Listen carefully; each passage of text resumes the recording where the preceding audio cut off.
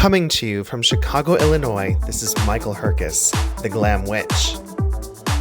Are you ready for real talk with real witches? Well, join me as I talk to some of my favorite friends and others in the magical community. From crystal healing to cooking magic, love spells and glamour, astrology, divination, and more, I've got you covered. This is the Glam Witch Gab. Magical moments with friends.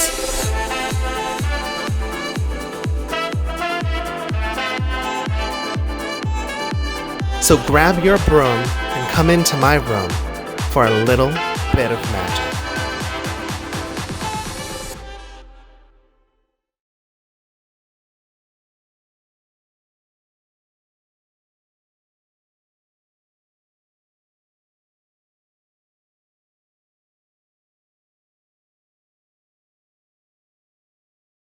Hi everyone, Michael Herkus here. Welcome to my new web series, Glam Witch Gab, where I talk to some of my favorite friends in the magical community, and I'm so happy to have on my friend Fiona Horne tonight, who's also my literary high priestess.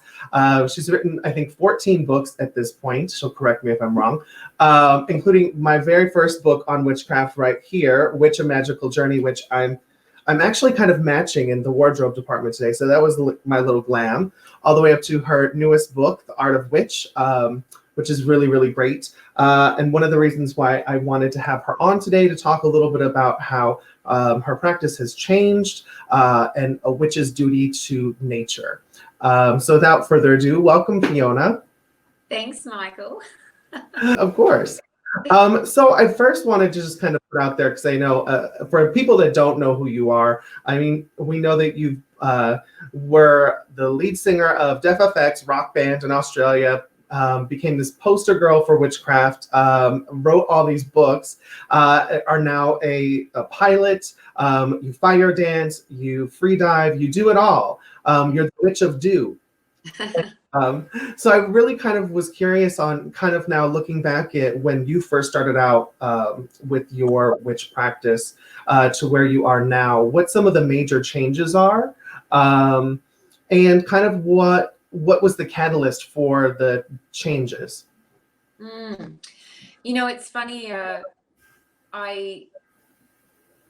you said that question, something occurred to me because as I'm sitting here to do this chat with you, I have things in front of me that I picked up today, like this rock and like this shell and I realized as I'm sitting here with these bits and pieces, because I was thinking, well, you know, if I get asked about this, what am I going to say? Mm-hmm.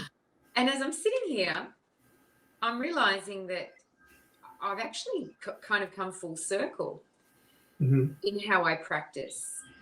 Because when I was a child growing up in the Australian bush land and spent a lot of time just running around in the bush, that was where my first awakening to something being inherently magical in nature that existed, and that I had a relationship with that magical essence that I felt was surrounding me. I felt, you know, intrinsically connected with it, and I felt that it communicated to me and I communicated to it.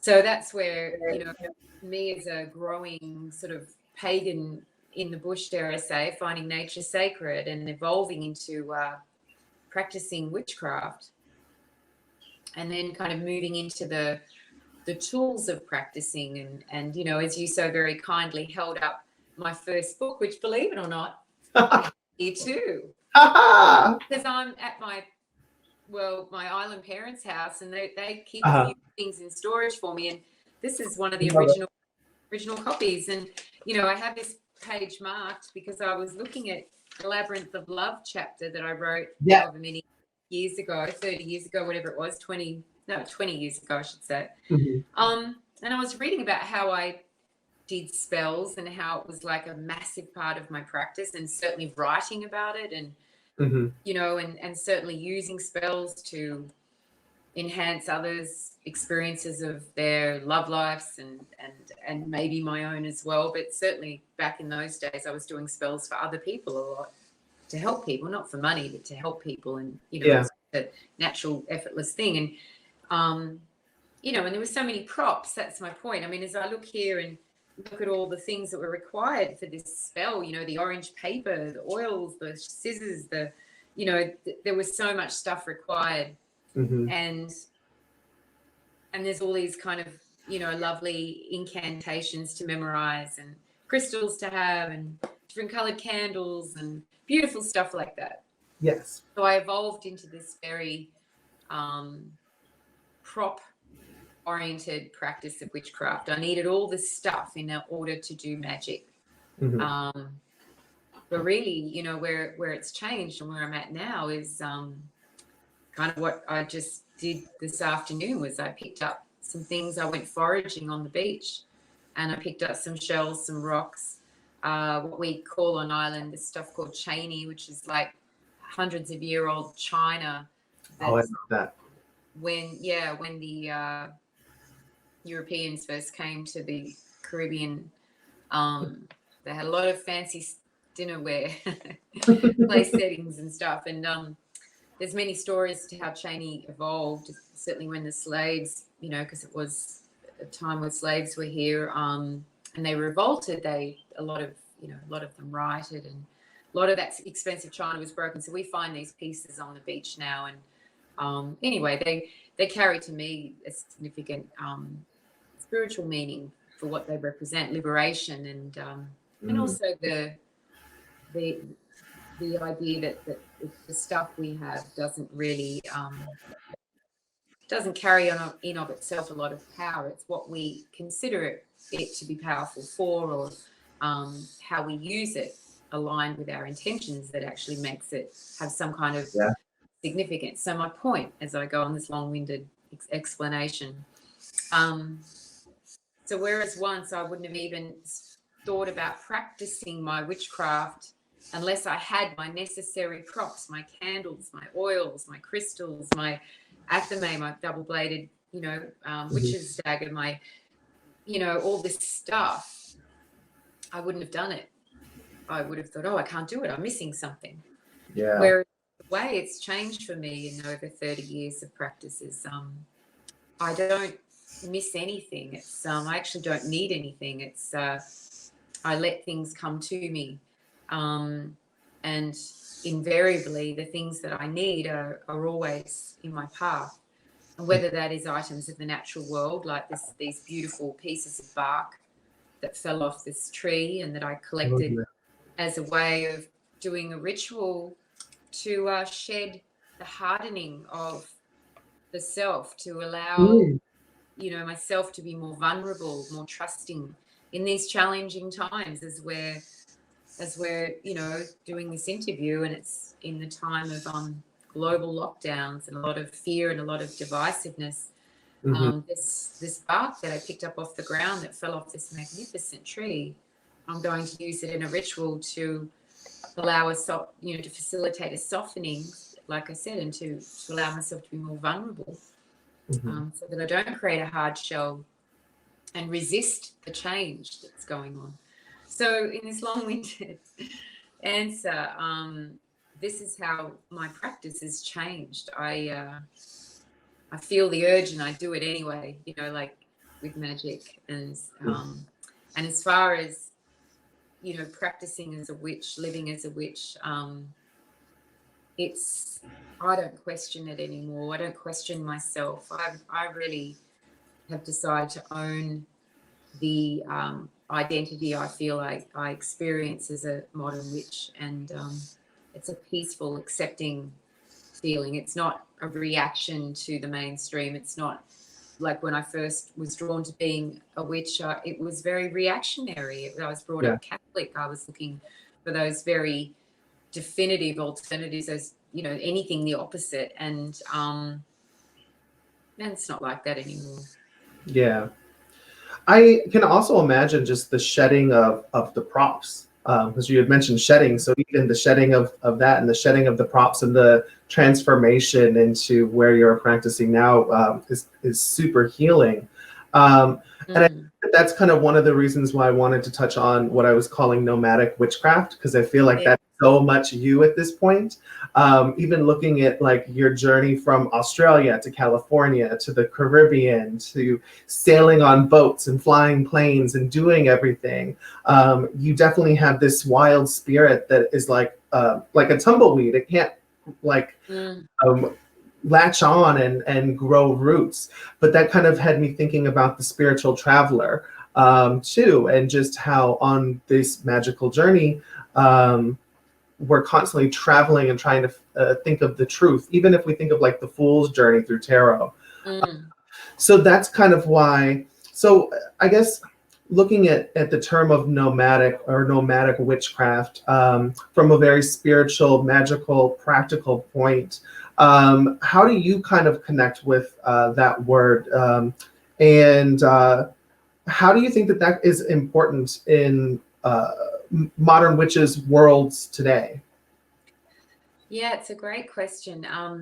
I do relate to the concept of a nomadic witch, and I think you've kind of summed me up pretty well, as it turns out. And I think how that affects my practice, or how that could be defined, is when I'm in these different environments, whether it's like being on this little island out in the Caribbean, like I am right now, or whether it's in the middle of the desert where I'm going to be flying this airplane for a while, as in California. Mhm. As soon as these kind of lockdowns end and life can do whatever it's going to do, whatever Yeah. it looks like moving forward.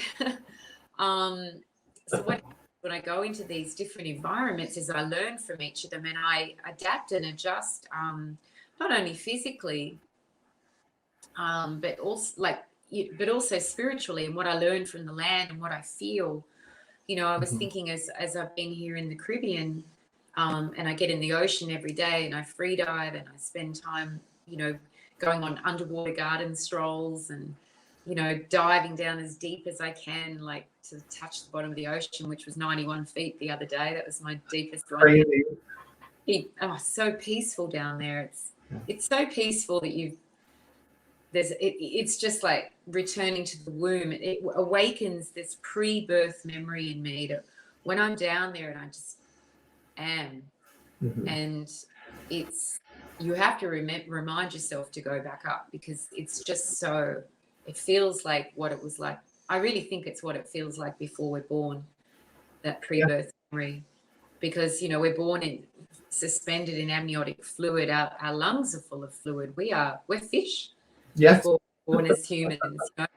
When you go that deep and that pressure of the water is there, and you feel so held and hugged by it, Hmm. it shifts your perception of what your reality is. Ego's gone, the identity Fiona's gone. It's just you am. Like am is Yeah. everything, just being. It's very deep and very beautiful, like deep in a say that, but it's literally deep, but also but there's a deep sense of comfort and contentment and peace. Um, but that's an example of me going into an environment like that, and it's not just about, oh, I'm diving under the ocean. It's a tremendously spiritual, introspective experience.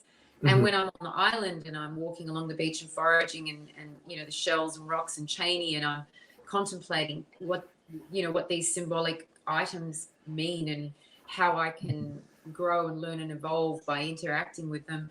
If I'm in the desert, the heat, the dryness, the way that feels, the where it takes your mind. I love going out into the night, on desert nights, warm desert nights, and just looking at vast sky, and all these, that nomadic witch of moving around and immersing in and out of different environments, and also meeting different people, Hmm. learning from different cultures.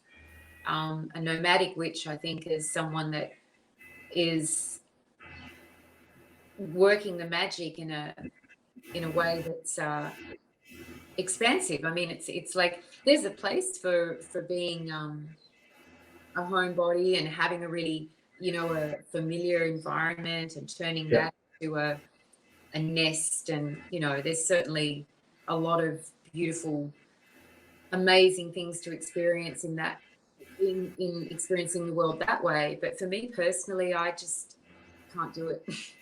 As soon as I start feeling that I'm getting into this routine, I don't even try. The universe just goes, nah, Nope. pulls me out, throws me somewhere else, and then I've got to like, whoa, and work out, why am I here? How can I be useful? What's my purpose? Mhm. And that's what it's like now. So, I kind of try not to question anymore. I mean, I never thought I'd end up back in the Caribbean. I officially left here, Yeah. in December. Was that 4 or 5 months ago now? Thought I wasn't coming back anytime soon, and now I've been here nearly over a month because of the lockdowns. I had the opportunity to come back here, so I never know where the universe is going to throw me. I just and I love that my life is sustainable like that. I don't own anything, as you and I have talked about at other times. Mhm. Don't own anything except my freedom and my happiness. So literally, so I can It's a go. good place to be. It's a good place. Well, it is if you are comfortable living like the fool in the tarot deck. They're Yeah. taking the leap of faith over and over and over again. And I think when it also means not being in relationships too. I think there's a freedom that comes with not being in a relationship with another human. It's there's a lot of things to be said for living this kind of nomadic life. And I just keep exploring it all the time. You're the first one who's coined it in this way, and it really does make sense. There's a book I love called Tales of a Female Nomad by Rita Goldman, name. But it's a travel diary of a woman that in her 40s left her husband and left her life in Hollywood and just went traveling around the world and learning with different cultures. And she's been doing that now for decades. And so I love the idea of a female nomad. That I know. I That's am a nomadic witch. I love that there's that book that exists and it talks about it. And then here I was like, oh, Fiona, the nomadic witch. Yeah. And then I wanted to talk about nature, but then it's also like hysterical to me that right now this massive thunderstorm just rolled in here. Oh, So I don't have you? know if that's maybe being picked up here, but it's like really pounding down on the windows, which I love. It's like so kismet. Oh, What I we're talking think I felt a shift in the energy because even here the sun has just set here, and Mhm. as soon as the sun sets, the temperature cools. Um and we've had some rain earlier today, and there's clouds coming. So I always notice the weather here as well, particularly because it often stays the same.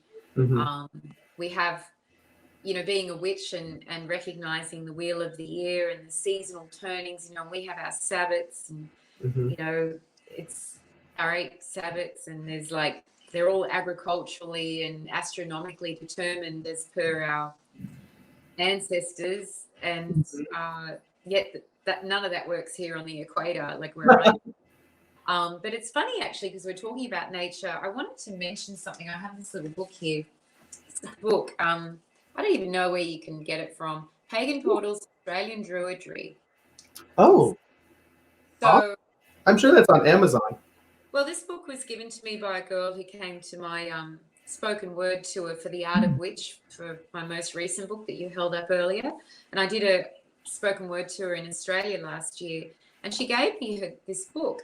And I've been looking at it. It's all about, druidry in Australia, practicing it. And she's got this fantastic chapter here where it's a guide to creating your own Wheel of the Year. And her example here is the Coastal Sydney Wheel of the Year. So she's created this wheel and broken it into 8 seasonal quadrants. Mhm. And like we would do, with Yule and Mabon and Samhain and all of that. And she calls them storm, fire, bark fall, um, flower, it's moon, peace. She's created her own Wheel of the Year. And her guide to doing it, and I mean, this is talking about practicing witchcraft and being nomadic, where you show up. Right now I'm on the equator. I'm going to be in the desert when I leave here and go to this job that I'm supposed to be doing. So if we as witches, sometimes we get really attached to the idea of, oh, we've got to do it by the book. And, and I wrote about it in my very first book, we do the classic Celtic wheel of the year, as the seasons are experienced by our northern European ancestors, I guess, of the origins of witchcraft as we practice it pretty much around the world now. And so, but what if we were to create our own wheels of the year by actually, like you're saying right now, a storm has come over Chicago where you are. So, you keep a diary and you'd write down a storm today and you describe what it was like and how intense it was and whether there was lightning and thunder and what was the day like after that. And you kind of do a nature diary and you observe around you and you do it for a year. And then you can create your own wheel of the year to match the turnings of the seasons as you see in the environment you're in. Mm-hmm. And I mean, I do that kind of innately and intuitively anyway, when I'm in a natural environment. But I love what she's suggesting. Julie Brett, her name is, with this book. I love what she's suggesting, that you keep that nature diary, you create your own sacred wheel of the year, and then you turn that, with ritual, meditation, observation, and spell working aligned with the change of the seasons as you're experiencing them, depending on where you are. Why we should be doing that? I think it's like an inevitable evolution, really, because the Earth has evolved. Yeah. We have so much climatic change, and whether that's a good thing or a bad thing, we're not discussing that right now. We're just saying we are humans living in an organic environment, even if we're in the city. We're in a built-up urban environment. We're still going to see the turnings of the seasons. So if we map them with a nature diary and then create our own wheel, I think that's a really beautiful way of being a modern witch, because we find ourselves in all sorts of environments these days. We're obviously not, the majority of us aren't living on a farm, tilling the soil and planting, doing it the way, all those rituals that add foundation and meaning to our craft, and what bring us together in shared ritual and ceremony. I think it would. I love that idea. Yeah. I think, and that even, like, I was going to ask at one point too, because since you're in more of these kind of harsh natural climates, whether it's the Caribbean or going into the deserts or those things, and so it's very easy to get kind of sucked into that elemental role as a witch. But for other people in the urban environments, sometimes it's hard for them to connect with nature, and a city has its own special type of an energy to work with. But I love that idea of being able to create your own wheel of the year in accordance to how your city is and how it reacts to the environment and the environment reacts to it. Love that. Now, I know too, so what I love about the Art of Witch, so you have your manifesto in there talking about the different roles that a witch has and the duties. And one of them is to pay close attention to nature. We definitely have talked a lot about that. And I know, like right now during the quarantine season and everything that's going on, we're starting to see all of these, like, nature is healing itself. Really lovely. I know you sent me that video of like the animals all over the place taking back the land, which is just super cute. So what I kind of wanted to kind of get your thoughts on, a witch's duty to nature, and protecting it, preserving it, and basically essentially living through nature, because that's really where our home is. So if you kind of want to share a little bit about your thoughts on that. Yeah, I mean, I think on a practical daily level, there's some really obvious things, which is to try and be conscious of how much waste you generate and how heavy you tread on the earth. And I mean, I didn't coin the phrase "tread lightly on the earth," but I've written it in every book, every single one, since my first one. So for the last 20 years, tread lightly, be conscious, be mindful. and for some people that can be extended to, really applying themselves to conscious recycling and reusing plastic bags and containers for food. Don't go and buy, well, in Australia we call it Tupperware, I think, like plastic containers. Yeah. We call it reuse, if you buy some pasta sauce, reuse the glass jar. I mean, if you buy kombucha, make it a vase. Most of the kombucha bottles these days are beautiful. I mean, but that's one way of how you conduct yourself in your own environment. And I find myself very, very conscious of that. I really try to, that's why, moving onto a boat and living on a boat for a while was really easy, because I'm like the minimalist girl. I hardly use anything, and I reuse things and this and that. But as far as consciously treading lightly on the earth, not only with how you conduct yourself and the things you use and what you consume, I've also recommended in all my books to be proactive with where you can, even if it's something like signing a document, like a petition, or all these little things add up. And now in these extraordinary times we're in, more than ever, I would hope that we're waking up to how each individual person does make a really dramatic difference in the lives of others. And we're having it kind of shoved onto us now in this very draconian way that we must stay in our homes and wear masks and not breathe on others and stay 6 feet away. And there's these very extreme measures, but that's because if one person screws up, potentially the fallout is massive. Now I'm not saying I agree with that. I'm just observing that phenomenon. We're being told as a global community that one person's action affects a lot of people, and it's very different to how we've been encouraged to conduct ourselves in a consumer oriented way by our culture, our government, advertising, all of that. It's like, oh, who gives a stuff about anyone else? Just go and buy something and use something and stomp on something, and who cares? And now we're being told, no, don't do anything because you affect things. You can make bad things happen. Well, we can also make good things happen. So one thing we learned from this extraordinary time of having our civil liberties taken away to the degree that they've been, a positive thing is to go, wow, I can make a difference.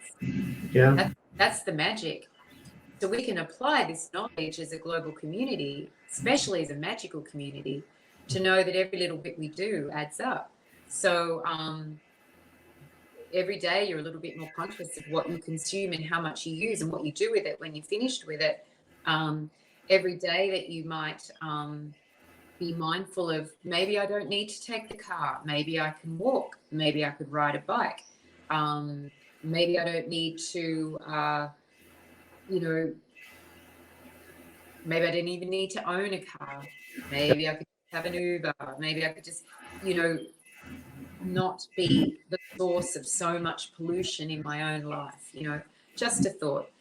Mind you, I fly airplanes, so I'm already, contributing to a pretty large polluting activity. However, I consciously try to balance it by in other ways of how I conduct myself, whether it's playing a role in planting out an area that's deforested, and whether I can physically show up and plant the trees or donate some money towards it or raise awareness of it. I think all these multifaceted layers of practical,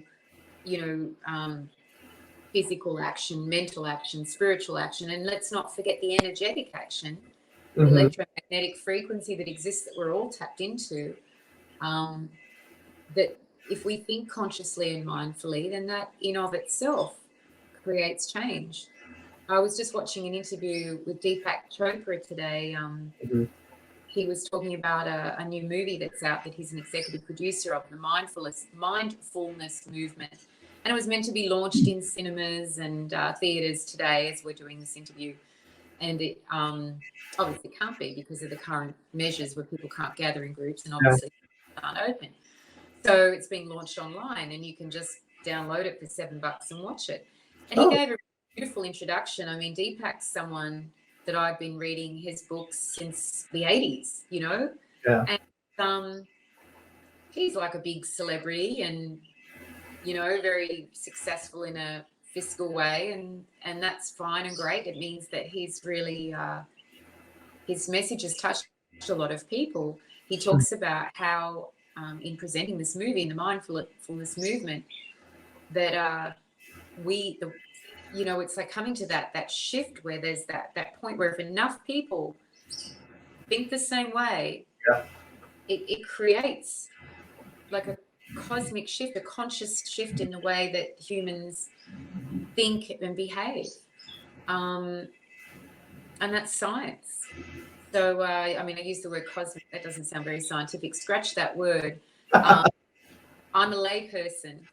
However, you know, there's that good old experiment with the monkeys who, you know, morphogenetic resonance, where, you know, back in the 50s or 60s, whenever it was, there were monkeys on one island all eating bananas with the skin on. And then one day, one monkey peeled the banana, or it was a sweet potato or something. Anyway, they peeled it and ate it peeled. And the monkey next to them observed them doing that and did it and ate it. And the monkey next to that did it and ate it. And then the next week, all the monkeys on the other island that had never seen these three all peeled their sweet potatoes and ate them. So there's a shift that happens.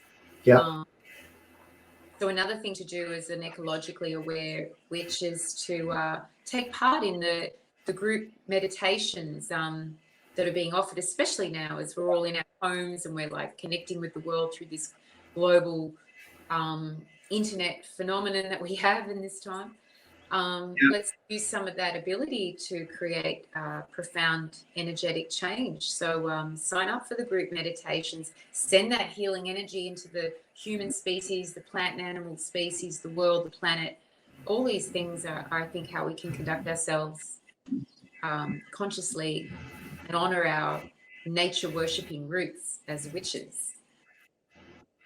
Mm-hmm. I love that. Yeah.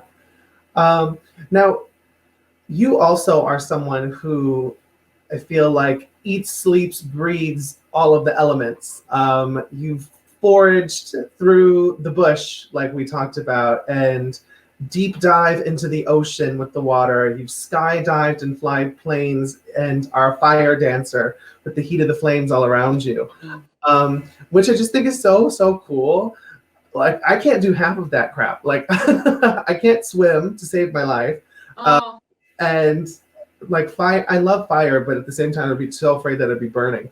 And skydiving freaks me out because of the heights. But anyways, I was curious to, like, in all of these things that you've done in your life that kind of pairs well with an element, was kind of more happenstance, or did you kind of go into it thinking, you know, I'm going to tackle this element and this connection with it? I think it was, when I think about how, I mean, I didn't jump out of a plane until I was 40, you know, and it was a present for my 40th birthday. My girlfriend, Tara, a good friend, said, it was Tuesday. What are you doing? Nothing right now. Let's go and jump out of an airplane for your birthday. And we did. And I just fell in love with the sensation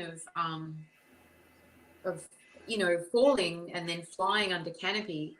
And it became such a passion, you know, and I did hundreds of jumps, you know, and I'm going to jump again because I'm going to be flying a skydiving plane. I just won't jump out of the plane I'm flying. That wouldn't be good. That would be, I'd only do that actually I wouldn't even do that. I'd just try and land the plane if I had a problem. You have to wear a parachute when you're flying a skydiving plane. But I'm digressing. I think it just feels innate and it just feels right. I notice this increasingly. I've been on the planet more than half a century now. I've spent periods of my life very urbanized, like, you know, when I left home at 14, I did just run off into the bush a lot and always go to the most remote place on the beach, and I went out back and I did all that. But really, I was looking to go into the city. You know, I felt like I wanted to be around other humans and stuff that humans made, and it was escapism. And you know, as I have, as you know, I say, grown not older but better. I'd like to. I don't even have to like to think. I know I'm a more peaceful, happier human, more consistently now than I've ever been on this journey so far. And I find my most profoundly rewarding experiences are in natural environments, or integrating elemental energy into my activities. And I'll add the fifth element, spirit, too. Yes. Because one thing that I did not do for a long time, I wrote about it in my very first book that was published in 1997, was Vipassana meditation. I'd gone and done this 2-week silent retreat, and then I practiced meditation barely after that, sporadically. I did Vipassana meditation as a daily discipline. I was just it made me too sensitive to the noise and the hectic nature of life in the world. But you know, the long story short is I never really did it again in a way that was consistent and a true humble effort. And now I do these, particularly this year, since January of this year. They're coming up on four months of it. Every day, there's mantras and meditation, a minimum of 100 mantras, sometimes 200, sometimes 500. I have mala beads. I'll grab them and show you them. Stand by. Yeah. I have them here. So I have these mala beads, and I've owned mala beads before, and then I put them on my altar. There were sandalwood mala beads I used to have. I put them on my witch's altar and didn't do anything with them. Just looked at them and went, oh, that's a symbol of spirituality, and I never used them. So now I do every morning. It's like I do my mantras. I do meditation. The meditation I don't time it. I don't have an agenda. I just, what I describe as drop in and observe the Fiona mind doing what it does. It's like the computer in the physical form, running all the software programs. And I try to shut down each one until it's just, and then I have found as a witch, I'm doing Buddhist mantras that I was taught by meditating with a Buddhist group earlier this year, and I've maintained the Buddhist mantras, calling on Guru Rinpoche for asking for enlightenment, humbly asking for enlightenment. And then the meditations happen, and it's like I'm having this experience every meditation where I can observe Fiona and from a different perspective entirely. And sometimes really profound visions and messages come through. And they're kind of like so extraordinary sometimes and so tangible that they're like what I might have thought as a young witch. Oh, I want to cast this spell, or I want to have this vision of what I'm manifesting. And it's, and I used to get upset with myself that I couldn't visualize I'd read these books of like, okay, visualize this blue flame that then is going to channel into, to be able to make this happen. And I used to think I need to be able to see this like special effects in order for it to be real. And it was always the ego and expectation and attachment to how it has to be kept getting in the way, and very little real magic was done. Or if it did, it didn't have consistency, or it didn't have traction, Yeah. Whereas now with these meditations and with the visions and the words that come, the messages that come through me, it's as hyper real, for want of a better way of describing it, as anything I could ever imagine experiencing. And mind you, I'm sober. The personal friend's 7.5 years now. Yeah. So it's kind of like what I was, some people might think you need to take a whole lot of drugs to have these really intense, colorful experiences and visions, and then to have a vision and then have it happen later that day in a physical world so tangibly is really, I freak myself out. But it's not me freaking myself out. It's actually not got nothing to do with Fiona at all. It's got to do with this potential that we have as humans to really experience a multidimensional reality. We get so attached to experiencing life one way, whether we're, you know, just watching the Kardashians and eating Doritos, or we're witches, lighting candles, incense, and lining up our crystals and doing our invocations, and feeling that somehow we're just doing it, but it doesn't really feel like something's really happening. Yeah. I really think that the key to us experiencing the multidimensional reality, as it's been said, the veils between the worlds can disperse, and we can understand that time really is an illusion, and everything really is happening all at once. And this is wonderful, and it can give you a sense of incredible peace and the ability to contemplate the present moment, and then to be joyful and fulfilled, and then watch the world around you transform itself to be that joyful and fulfilling, even in times like this. And that's like this class I'm going to be doing, that I think your show is going to air after I've done it. Yes, but please play it. Well, it's, you know, it's surviving COVID-19 with magic, but it's what I've been doing, you know, is having all this go on, and yet it's not detrimentally affecting my life, you know, and people's lives that I know that I can assist in them feeling more, letting go of what they think has to happen, but also being very educated, and asking questions and creating your own narrative. These practical tools are really important, but hey, we do it as witches all the time. It's nothing new. I mean, if we didn't go looking for alternatives to the official narrative, none of us be witches, because we'd all think, oh, we're going to be burned at the stake, or we're Satanists, devil worshippers, if we hadn't, you know, looked beyond what the official narrative was on witch. Then the world of modern witches wouldn't even exist now. You know, we'd be fantasy and demonic, which we're not. Yes, exactly. So I don't know if I'm waffling on. It hasn't changed that much in the last 20 years from Hollywood. Still. What's that? I said, sadly, that still hasn't changed that much from Hollywood's perspective on witches and what we're seeing. But well, yes and no. I mean, it's kind of, there's always going to be that fantasy element, and I think the world's waking up to Hollywood. It's Hollywood is just an entertainment machine that is not. You know, the world of celebrity in Hollywood positions itself as, you know, these demigods and gods and goddesses, and you know, this world of immense power and relevance, Hollywood. And it's, I think the world is waking up, you know, to the simple truth that all the answers don't lay there, and you know, it is what it is.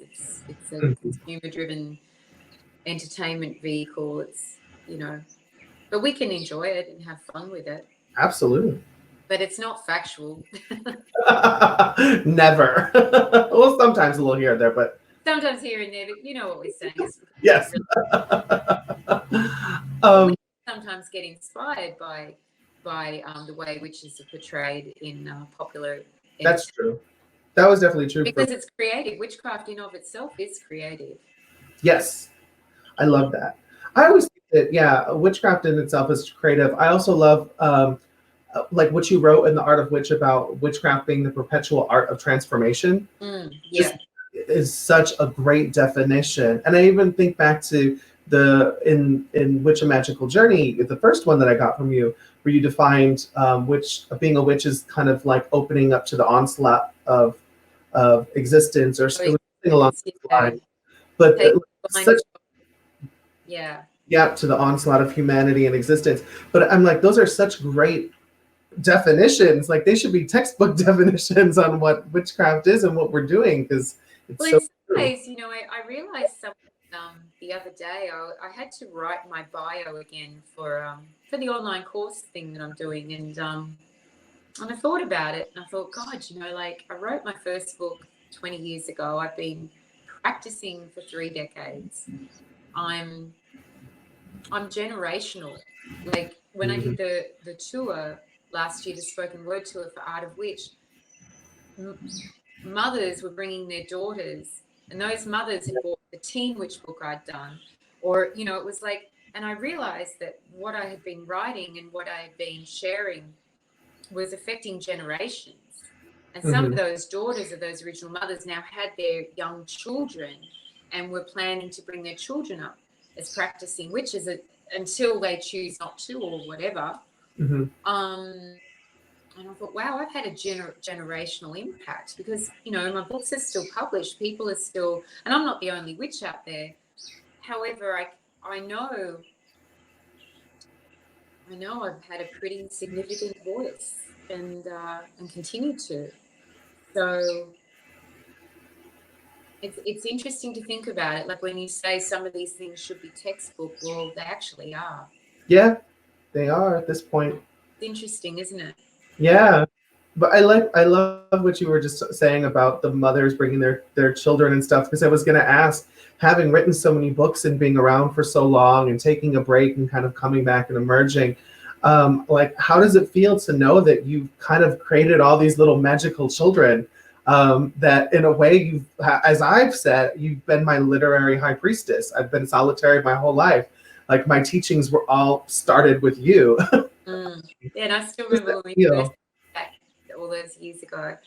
God, you know what? When you say, "How do I feel to have these magical children?" I feel happy, and because I don't have biological children, that's one thing I won't do. You know, my body is not going to have babies, and I get to experience the idea of nurturing children, whether it's like literally little people who I adore and find fascinating, or it's people where I've been able to have a positive role, been a light on their path, like yourself, like even this lovely young girl who's 18, who I was fire dancing with last night. Her parents trust me to take their daughter up to my house up here and light up. I taught her how to fire dance. She's so good now. I love it. God, she's so good. It's on my Facebook page if anyone's interested. The link's there. I made a little movie of us fire dancing together, and she's read my Teen Witch book and is such a smart, you know, beautiful young lady, and beautiful inside and out, and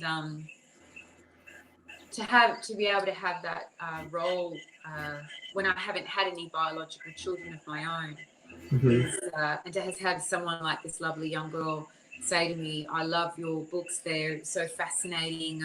They help me understand, you know, who I am and what I can, you know, do, and how I can explore my she made a point of saying who I am, because she's been accepted into the Maritime University, and she's going to become a captain of unlimited tonnage ships. So I'm a pilot, commercial pilot, and I'm, you know, what am I now, 50 something, and she's 18 and been accepted into, and we're talking about these lives we're going to have in the transport industry, her sailing these giant boats and ships and me flying airplanes, and we're both magical, creative creatures. So how do we balance that, you know? Because we're also modern women and we can do anything, you know, that we set our minds and hearts and passion to. And it's amazing to have a relationship like that with other humans, young humans, evolving humans, especially because I haven't had children of my own. I love that connection that I can have with people in that way. I love that. Going back to, because you just mentioned fire dancing and all these different things that you elements.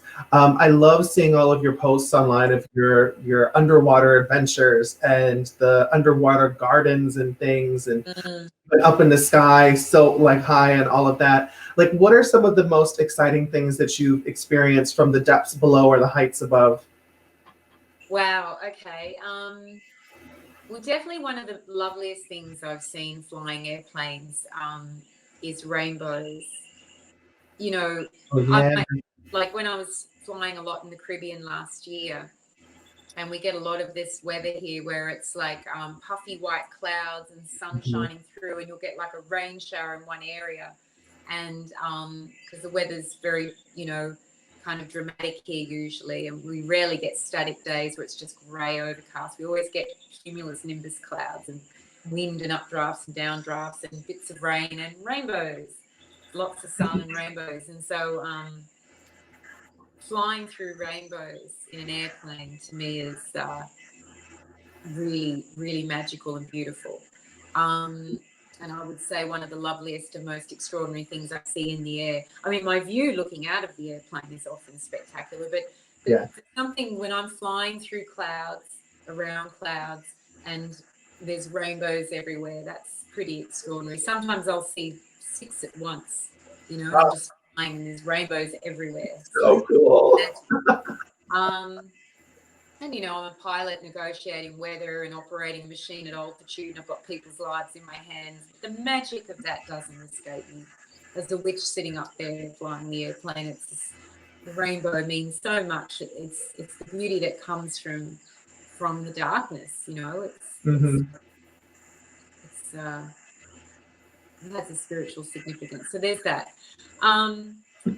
And also, under the ocean, I've seen so much beautiful stuff. Sometimes lately, because I can hold my breath for a while, and I also scuba dive. So I love sometimes just dropping down and just watching the fish going about their day. It's like they are sentient beings. They know what they're up to. They've got routines and interactions and communities, and especially when you revisit the same site and you dive it over and over and over again. Like the little area out where I live now, and I call it my underwater garden. It's between 20 and 30 feet, so it's really easy free dive to just drop down to the bottom and slowly swim along the bottom for a couple of minutes and just look at the fish. And they're always there, the two little pufferfish that hang out, the stingrays that practice social distancing because they always swim together like this, And like, I think that's really magical. And then also I have seen, I think the most extraordinary things I see under the ocean are is the beauty of the coral and the fish, and it's just a whole other world under there. The most extraordinary thing I've felt under the ocean, I think, is what we were talking about earlier when I've done these deeper free dives. And mind you, there's world records for people diving 400 feet. I dived 91 feet, so what? But at the same time, for little old me, the feeling of it is anything over 50, 60 feet, when you get negatively buoyant and you're no longer going to float to the surface, you're actually sinking and you go into free fall, that feeling and that sense of the water hugging you. And I always relate to it as Mother Ocean. And it's like we were talking about earlier, having that pre-birth memory. It's what it feels like in the womb when you're curled up in a fetal position and the potential is there.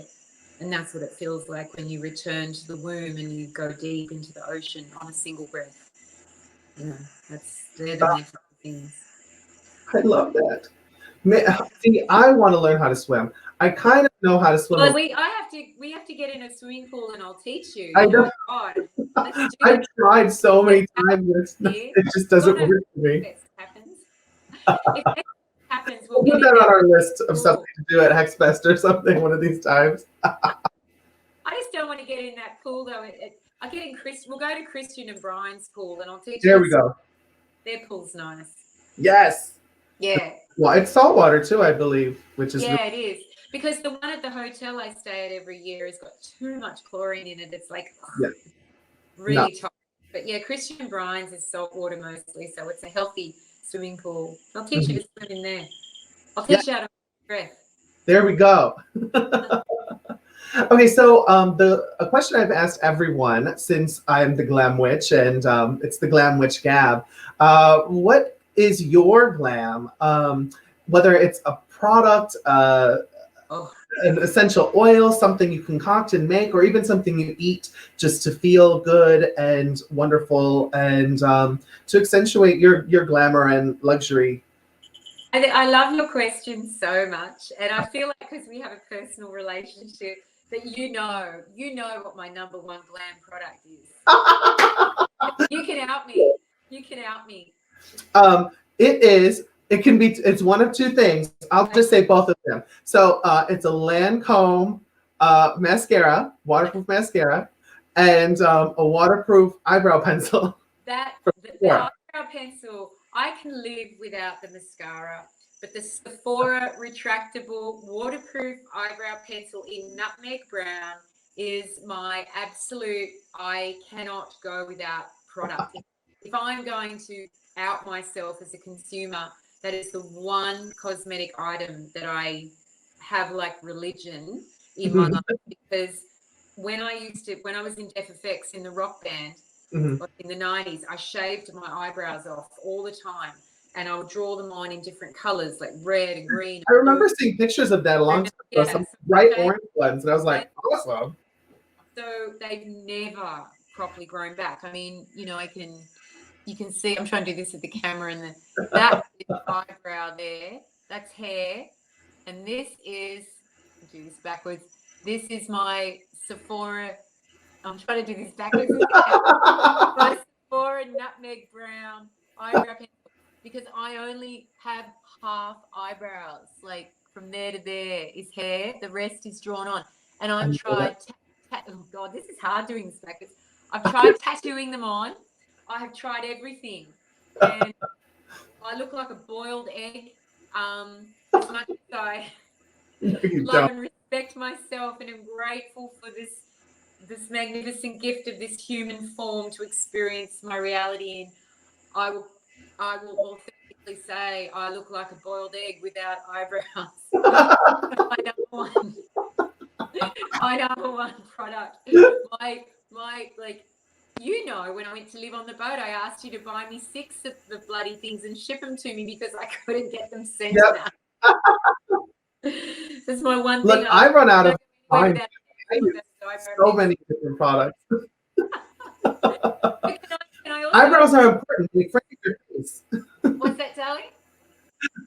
Eyebrows are important. They frame our face. Well, they frame your face. Yeah, we're all taught that, eh? And it's like, it's just the one product. Even if I'm free diving and I have a mask on and everything, it doesn't rub off. It's the number one product. It's only $12 a pencil. It's like amazing.